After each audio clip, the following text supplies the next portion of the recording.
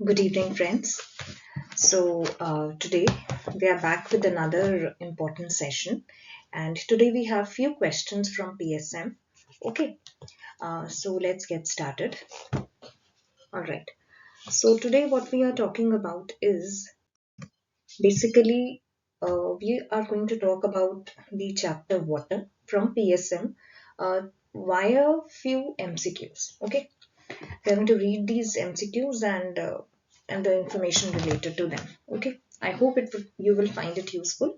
Okay, so the first question is quantity of water which is available per capita considered adequate to meet the needs of all urban domestic purposes.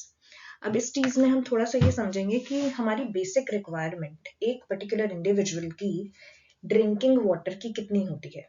ठीक है, एक particular individual की पर head drinking water की requirement कितनी होती है. That is around 2 litres per head per day.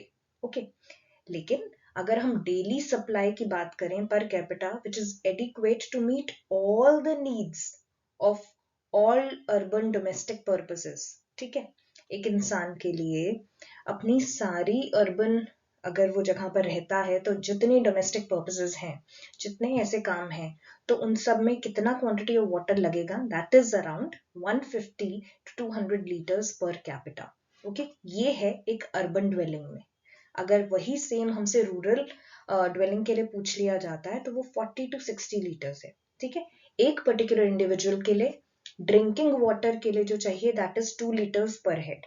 लेकिन अगर हम कहेंगे to meet all the needs of the domestic purposes in an urban area that is 150 to 200 liters and the same for the rural area would be 40 to 60 liters per capita. ठीक है, so for our question the answer is this one. Let me just mark it. So the answer is 150 to 200 liters per capita. Okay, understood. Question is the safe yield of water supply source is the yield that is adequate for. अब इससे क्या मतलब है, हम एक safe yield of a source क्या किसे कहते हैं.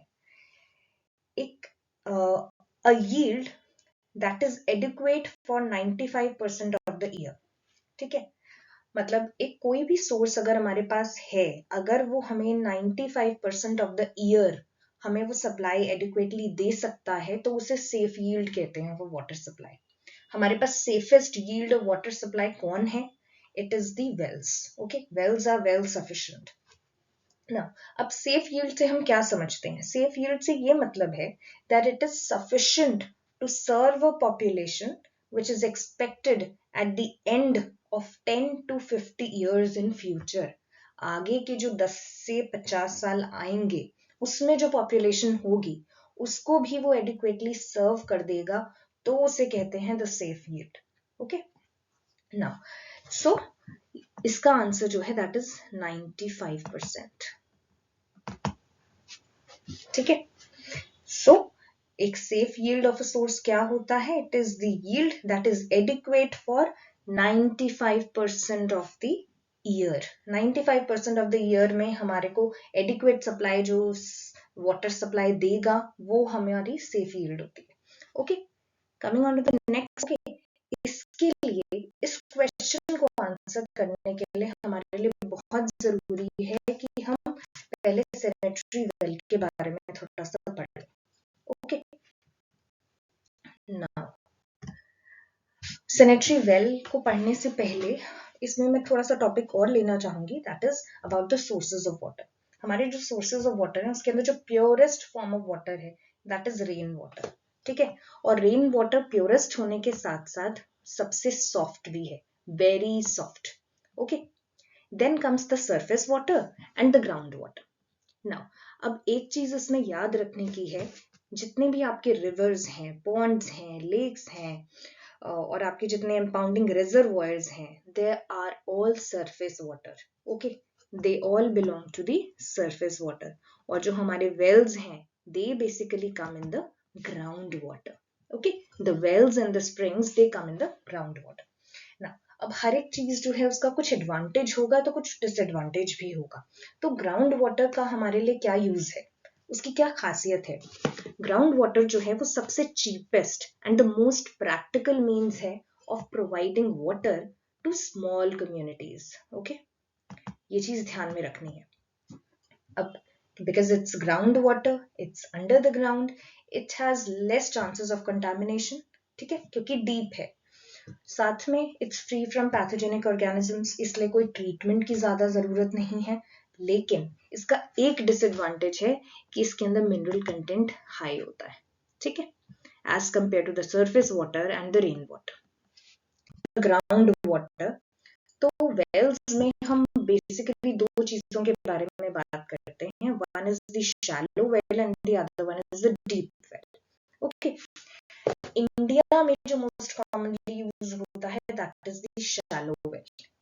हमारा जो फर्स्ट इम्पर्वियस लेयर है, अगर एक well जो है which is constructed above that level, okay, a well that taps water from above the first impervious layer, that is a shallow well. लेकिन अगर वो इस impervious layer के नीचे से water को tap करता है तो that is deep well, ठीक है। अब जितना ज्यादा वो डीप जाता जाएगा उतना ज्यादा वाटर हार्ड होता जाएगा, ठीक है। दैट इज वाई एक शैलो वेल में इट्स जो वाटर है दैट इज मॉडरेटली हार्ड, लेकिन on the other hand deep well में it has very hard water.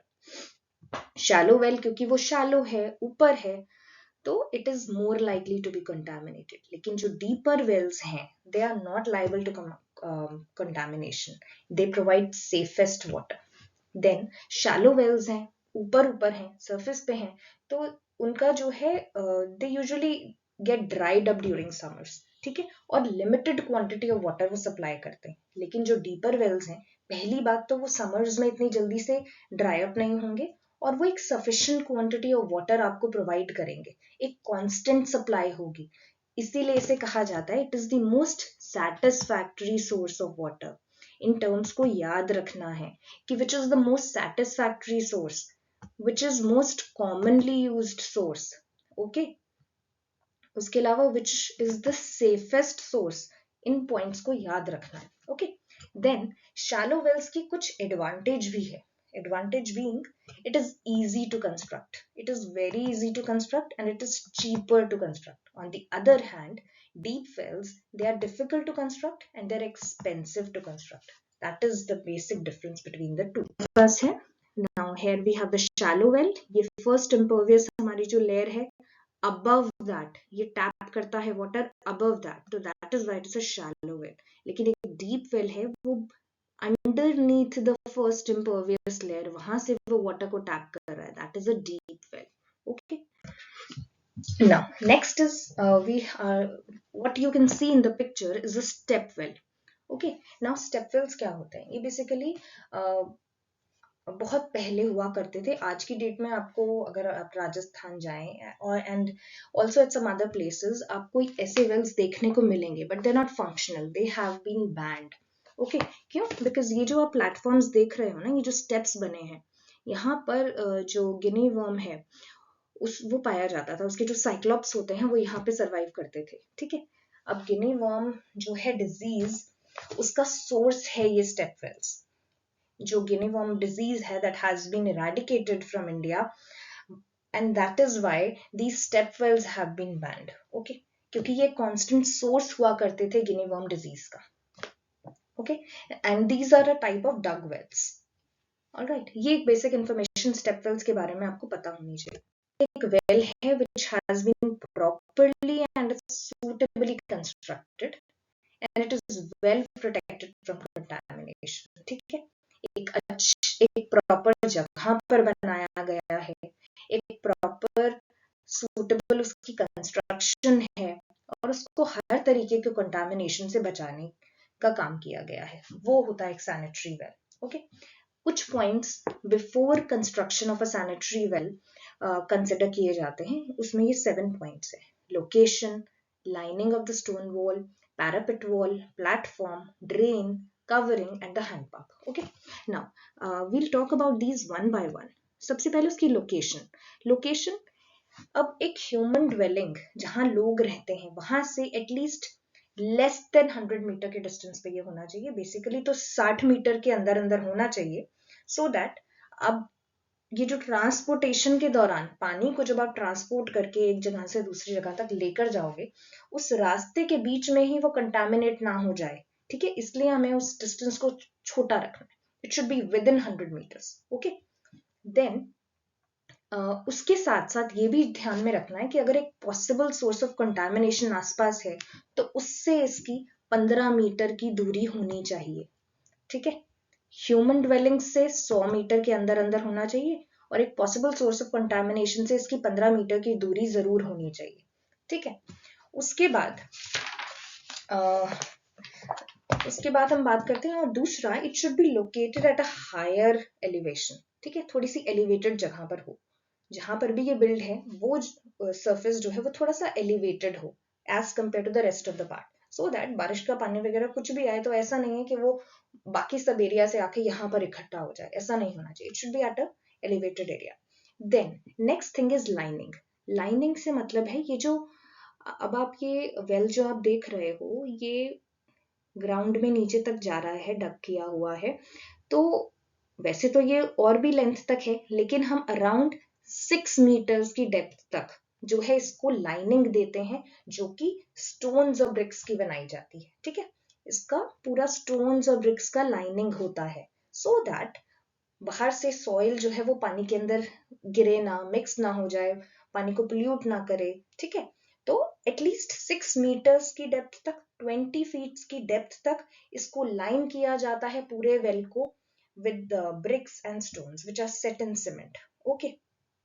उसके साथ साथ इतना तो ये नीचे है, 1 मीटर से 3 फीट जो है अबव द ग्राउंड, 1 मीटर और यू में से 3 फीट अबव द ग्राउंड जो आप ये देख रहे हो कि नीचे तो 6 मीटर्स तक लाइनिंग हमने दी है, उसके अलावा 1 meters above the ground also it extends. Okay.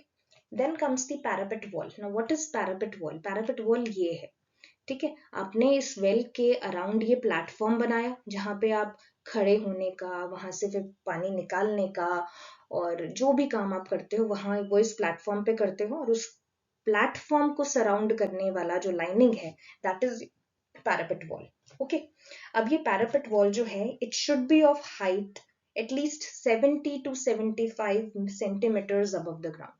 ये जो पैरापेट वॉल जो है ना, it should be 70 to 75 centimeters above the ground. Okay. ताकि अगेन वही सेम रीजन है कि बाहर का पानी उसमें ना आ जाए. और ठीक है. Then platform. अब ये जो प्लेटफॉर्म है ना, ये वाला एरिया है, इट शुड बी 1 मीटर्स और 3 feets in all the directions. ठीक है. ये सभी डायरेक्शंस में, सर्कल है ये पूरा सर्कुलर है, तो हर डायरेक्शन में 1 मीटर के डिस्टेंस पे जो है ये 1 मीटर की लेंथ का ये डिस्टेंस जो होता है दैट इज योर प्लेटफॉर्म. और इसमें एक जेंटल स्लोप दिया जाता है. ये जो ड्रेन है ना इसकी तरफ जेंटल स्लोप दिया जाता है ताकि जो भी पानी यहाँ पर स्लिप ऑफ होकर आया हो वो सारा यहाँ पर बाहर ड्रेन हो जाए. ठीक है. Then is drain.